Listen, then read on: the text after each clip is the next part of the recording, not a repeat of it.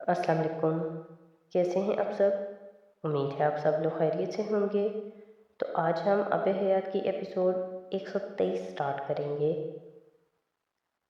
وہ کئی سالوں بعد مل رہے تھے اور انایا کو وہی ایرک یاد آیا تھا جو اکثر ان کے گھر میں لگے پھول ہی توڑ توڑ کر اس کو اور امامہ کو لا کر دیتا تھا، اور جس کی فیورٹ ہابی سردیوں میں اپنے اور ان کے گھر کے باہر سے برف ہٹانا تھی۔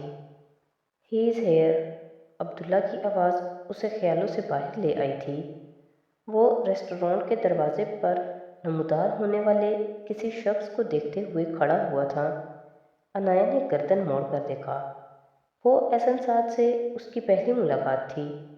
اسے اندازہ نہیں تھا اس سے ہونے والا اگلا سامنا اس کی زندگی میں کتنا بڑا بھونچال لانے والا تھا۔ تمہارے لیے کوئی لڑکی دیکھیں؟ امامہ نے حمین سے اس صبح ناشتے کی ٹیبل پر کہا تھا۔ وہ ان کے پاس چند دنوں کے لیے پاکستان آیا ہوا تھا۔ یہ اس کی روٹین میں شامل تھا، بنا بتائے کچھ دنوں کے لیے امامہ اور سکندر سے ملنے آ جانا۔ اپنی زندگی اور بزنس کی بے پناہ مصروفیات میں بھی وہ کبھی یہ نہیں بھولتا تھا۔ صرف ایک لڑکی؟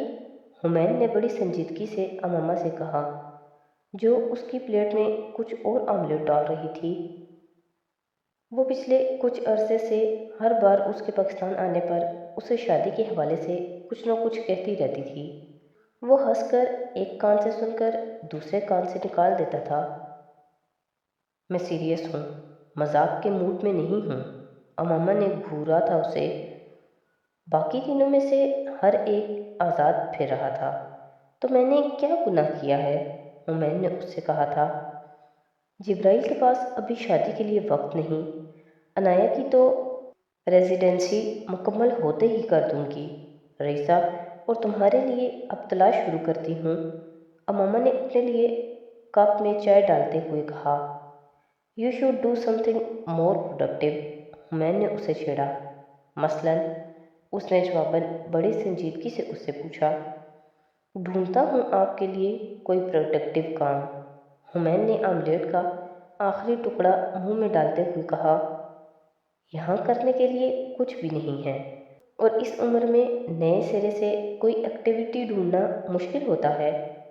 اتنے سالوں سے ایک روٹین کی عادی ہوں، اور پاپا کو اس طرح گھر چھوڑ کر میں کوئی ایکٹیویٹی ڈھونڈنا بھی نہیں چاہتی۔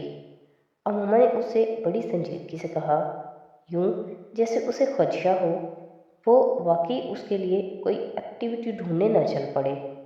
وہ تھا بھی تو ایسا ہی۔ حمین نے امامہ کو بڑے پیار سے دیکھا۔ وہاں اسلام آباد کے ایک گھر میں اپنی منتخب کردہ گوشہ نشینی کی جگہ گزارتے ہوئے بھی وہ ان سب کی زندگی کا محور تھیں۔ حمین نے جو سال بچپن میں یہاں سالار اور جبرائیل کی عدم موجودگی میں امامہ کے ساتھ گزارے تھے، وہ ان دونوں کو بہت قریب لے آئے تھے۔ وہ اس سے پہلے اپنے ہر دکھ سکھ کی بات جبرائیل سے کرنے کی عادی تھی، اب حمین سے کرنے لگی تھی۔ اس نے امامہ کی بات سننے اور ماننے کی عادت انہی سالوں میں سیکھی تھی۔ ممی، آپ نے فیملی کے لیے سب سے زیادہ قربانیاں دی ہیں، حمین نے یکدم پتہ نہیں کسی ذہنی رو میں اس سے کہا تھا۔ وہ اس کی بات پر چائے کا سپ لیتے لیتے مسکرا دی تھی۔ ہمیشہ عورت ہی دیتی ہے حمین، میں نے کوئی الگ کام نہیں کیا، اس نے بڑی لاپرواہی سے حمین سے کہا تھا۔ اگر آپ کو کبھی اپنے جیسی عورت ملے تو مجھے اس سے ضرور ملوائیں، ہو سکتا ہے میں شادی کر لوں اس سے، بلکہ فوراً کر لوں گا، اس نے کہا۔ امامہ بڑے پر اسرار انداز میں مسکرائی۔ یہ تو کام بڑا آسان کر دیا تم نے میرے لیے، وہ بھی مسکرایا۔ تمہارے ساتھ چلنا اور زندگی گزارنی بھی بہت مشکل ہوگا حمین، تم بھی کام کے معاملے میں اپنے باپ جیسے ہو۔ ورک ہولک، جو کام سامنے ہونے پر سب کچھ بھول بیٹھے، امامہ نے اس سے کہا تھا۔ بابا سے موازنہ نہ کرے میرا، ان کی اور میری اسپیڈ میں بہت فرق ہے۔ وہ خوش دلی سے ہنسا تھا۔ رئیسہ اچھی لڑکی ہے، امامہ نے یکدم کہا تھا۔ حمین کو سمجھ نہیں آئی انہیں بیٹھے بٹھائے رئیسہ کیوں یاد آ گئی تھی۔ امامہ نے بھی اس سے آگے کچھ نہیں کہا تھا۔ ہاں، رئیسہ بہت اچھی لڑکی ہے۔ اس نے بھی سوچے سمجھے بغیر ماں کی بات کی تائید کی تھی، اور اسے حشام اور رئیسہ کا مسئلہ یاد آ گیا تھا جسے ڈسکس کرنے کے لیے وہ امامہ کے پاس آیا تھا۔ مگر اگلے دن سکندر عثمان کی اچانک موت نے اسے یہ کرنے نہیں دیا۔ سکندر عثمان ان سب کی زندگی سے بے حد خاموشی سے چلے گئے تھے۔ وہ حمین کی وہاں آمد کے دوسرے دن نیند سے نہیں جاگے تھے۔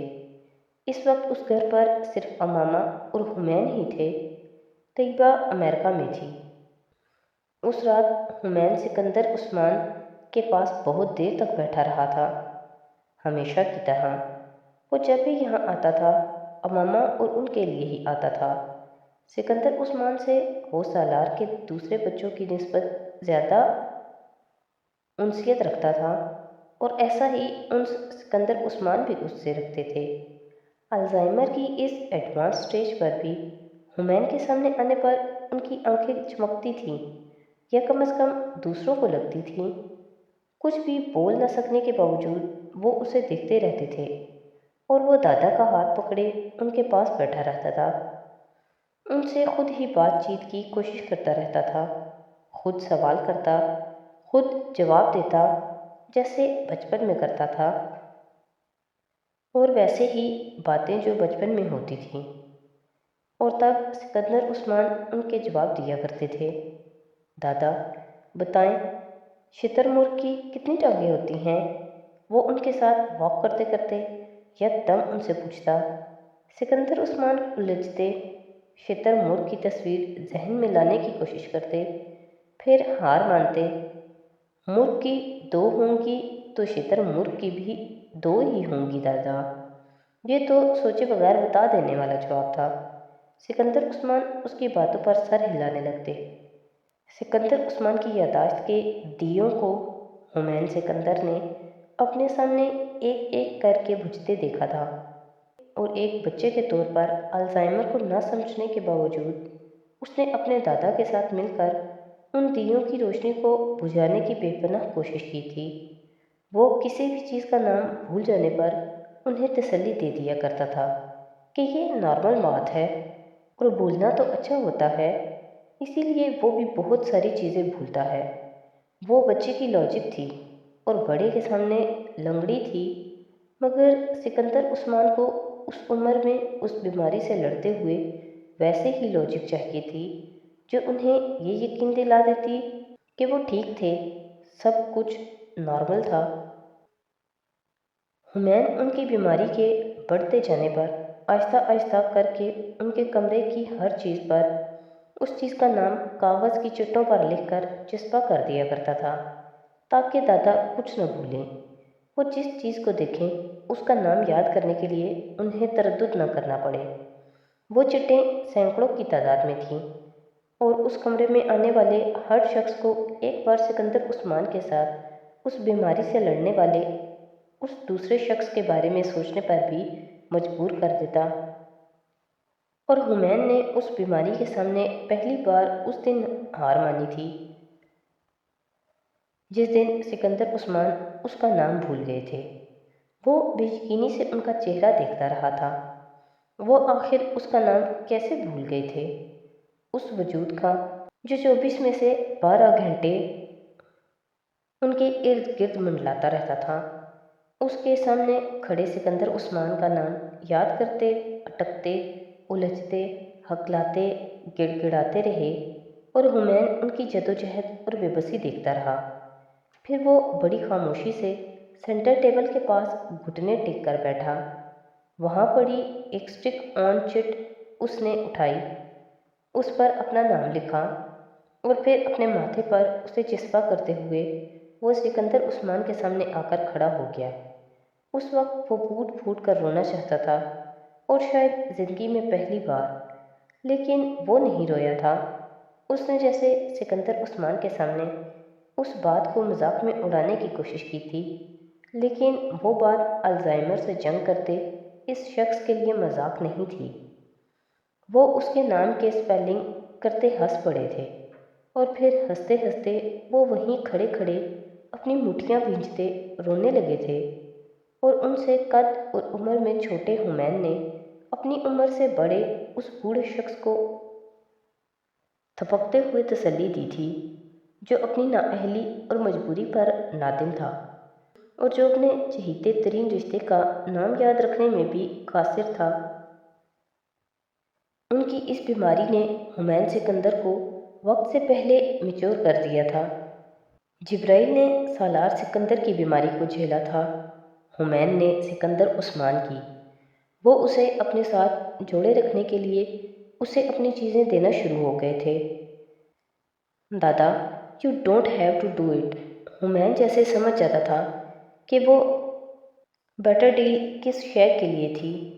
I have all the time in the world for you. وہ جیسے انہیں یقین دہانی کروانے کی کوشش کرتا تھا، وہ پھر بھی اسے کچھ نہ کچھ دینے کی کوشش کرتے۔ حمین ان کے بہت سے رازوں سے واقف تھا، ان بہت ساری جگہوں سے بھی جہاں وہ اپنی قیمتی چیزیں چھپاتے تھے۔ اس پر ان کے اعتبار کا یہ علم تھا کہ وہ ہر چیز چھپاتے ہوئے صرف حمین سکندر کو بتاتے تھے، صرف اس لیے کیونکہ انہیں یہ خدشہ تھا کہ وہ کہیں اس جگہ کو بھی نہ بھول جائیں جہاں وہ سب کچھ چھپا رہے تھے، اور ایسا ہی ہوتا تھا۔ ان کے بھولنے پر حمین انہیں وہ چیز نکال کر دیتا تھا، وہ کمرہ جیسے ان دونوں دادا اور پوتے کے لیے ہائیڈ اینڈ سیک والی جگہ بن گیا تھا۔ ایک دن تم بہت بڑے آدمی بنو گے، سکندر عثمان اسے اکثر کہا کرتے تھے، اپنے بابا سے بھی بڑے آدمی۔ وہ ان کی بات زیادہ غور و فکر کے بغیر سنتا، پھر بیچ میں انہیں ٹوک کر پوچھتا، خالی بڑا آدمی بنوں گا یا رچ بھی؟ بابا تو رچ نہیں ہیں۔ اسے جیسے فکر لاحق ہوئی۔ سکندر عثمان ہنس پڑے، بہت امیر ہو جاؤ گے، بہت زیادہ۔ پھر ٹھیک ہے، اسے جیسے اطمینان ہوتا۔ لیکن آپ کو کیسے پتہ ہے؟ اسے یکدم خیال آتا، کیونکہ میں تمہارے لیے دعا کرتا ہوں۔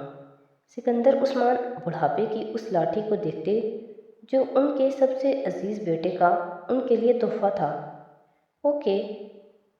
حمین کے ذہن میں مزید سوالات آئے تھے، لیکن وہ دادا سے اب بحث نہیں کرتا تھا۔ میں تم پر دنیا میں سب سے زیادہ اعتبار کرتا ہوں، وہ اکثر اس سے کہتے تھے، اور وہ بڑی سنجیدگی سے انہیں کہتا تھا، you are the only one who does it, اور سکندر عثمان جواباً کسی بچے کی طرح ہنسنے لگتے تھے۔ جب میں اس دنیا سے چلا جاؤں گا تو یہ رنگ تم امامہ کو دے دینا۔ اعتماد کے ایسے ہی کچھ لمحوں میں انہوں نے حمین کو وہ انگوٹھی دکھائی تھی جو وہ کئی سال اپنی ماں کی انگلی میں دیکھتا رہا تھا۔ یہ تو ممی کی رنگ ہے، حمین جیسے چلایا تھا۔ ہاں، تمہاری ممی کی ہے، سالار نے شادی پر گفٹ کی تھی اسے، پھر وہ اسے بیچ کر سالار کے پروجیکٹ میں کچھ انویسٹمنٹ کرنا چاہتی تھی، تو میں نے اسے لے کر اسے وہ رقم دے دی۔ میں اسے واپس دوں گا تو وہ نہیں لے گی، اور میں نہیں چاہتا وہ اور سالار اسے بیچ کر مجھے میرا قرض واپس دینے کی کوشش کریں۔ سکندر عثمان بتاتے گئے تھے۔ انہوں نے اسے ایک تھیلی میں ڈال کر اپنی وارڈروب کے ایک چور خانے میں حمین کے سامنے رکھا تھا۔ وہ چور خانہ حمین نے بھی پہلی بار ہی دیکھا تھا۔ آپ اسے لاکر میں کیوں نہیں رکھوا دیتے؟ اس نے سکندر عثمان کو مشورہ دیا تھا۔ وہ مسکرا دیے تھے، میرے مرنے کے بعد لاکر سے جو بھی نکلے گا وہ ساری اولاد کی مشترکہ ملکیت ہوگا، کوئی یہ امامہ کو نہیں دے گا، سکندر نے کہا۔ لیکن آپ ول میں لکھ سکتے ہیں۔ سکندر اس کی بات پر ہنس پڑے تھے۔ میری اولاد بہت اچھی ہے، لیکن میں زندگی میں ان سے بہت ساری باتیں نہیں منوا سکتا، تو مرنے کے بعد کیسے منوا سکوں گا؟ جب تمہاری اولاد ہوگی تو تمہیں سمجھ آئے گی میری باتوں کی۔ انہوں نے جیسے بڑے پیار کے ساتھ اسے کہا تھا۔ سکندر عثمان کی موت کے ایک ہفتے کے بعد اس گھر میں اس کی اولاد ترکے کی تقسیم کے لیے اکٹھی ہوئی تھی، اور حمین سکندر کو وہ بات سمجھ آ گئی تھی۔